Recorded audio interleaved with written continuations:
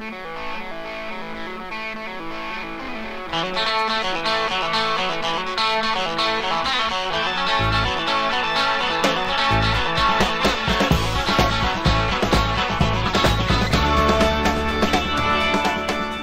I'm John DeBella, and this is your Classic Rock Update. And this week we start with a classic album, Traffic's John Barleycorn Must Die. Steve Winwood has decided to go in the studio, digitally remaster it, put out the original 6-track CD, but this time he's also going to add some alternate takes, Every Mother's Son, Stranger to Himself, and of course the title track. Plus, on top of that, tracks from the 1970 Fillmore show, which I'm applauding on, so pay close attention.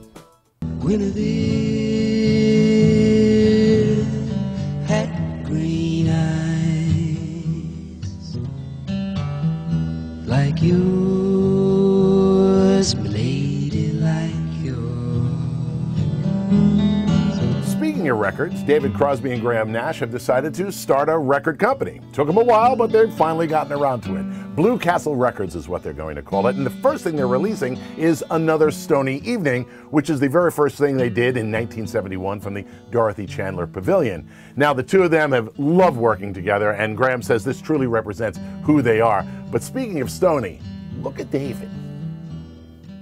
Looking for a new car, or in this case, a new old car?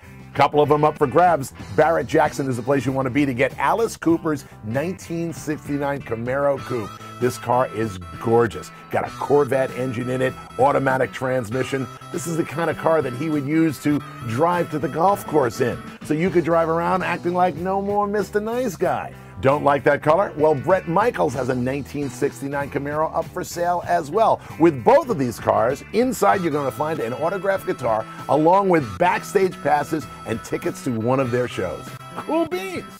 Everything you've ever learned, everything you've ever experienced goes into that show. We told you about this back in October when it was in theaters, and now you can have it in your home. The documentary Billy Joel's Last Play at Shea. It's Billy Joel there for the last things that are going to happen at Shea Stadium. Joining him, Paul McCartney, Don Henley, Roger Daltrey, and a host of others. Plus, you get this history of Billy Joel's life and the Mets and Shea Stadium, and maybe the only scoring the Mets do this season. Well, we've been following rumors about a Who tour for a very long time now, and it was really looking good. But after a performance last week in London at a cancer benefit, Roger Daltrey said it's not looking good anymore, and it's all because of Pete's tinnitus. That's that ringing in the ears that he gets. Well, he's really scared about losing his hearing, and Roger says, look, we just can't go. I can't blame him. The guy's a composer. If he loses his hearing, everything's shot. He says, I'm sure that it will clear up eventually. One ear is really bad right now, but hopefully sometime, quoting, in the future, we will totter out on stage. So when he spoke, you listened, you know. You could be in the other room and you hear his voice. He's just such a distinctive voice, singing and just talking. I was dreaming of the past, and my heart was beating fast. Well, there were a bunch of delays, but finally the DVD John Lennon NYC is going to be available to the public.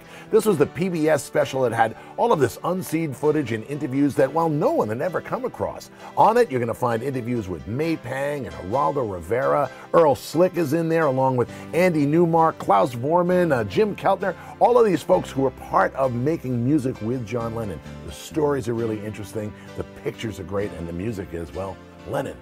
And that's your Classic Rock Update for this week. I'll see you weekday mornings on the radio. Classic Rock 102.9 MGK.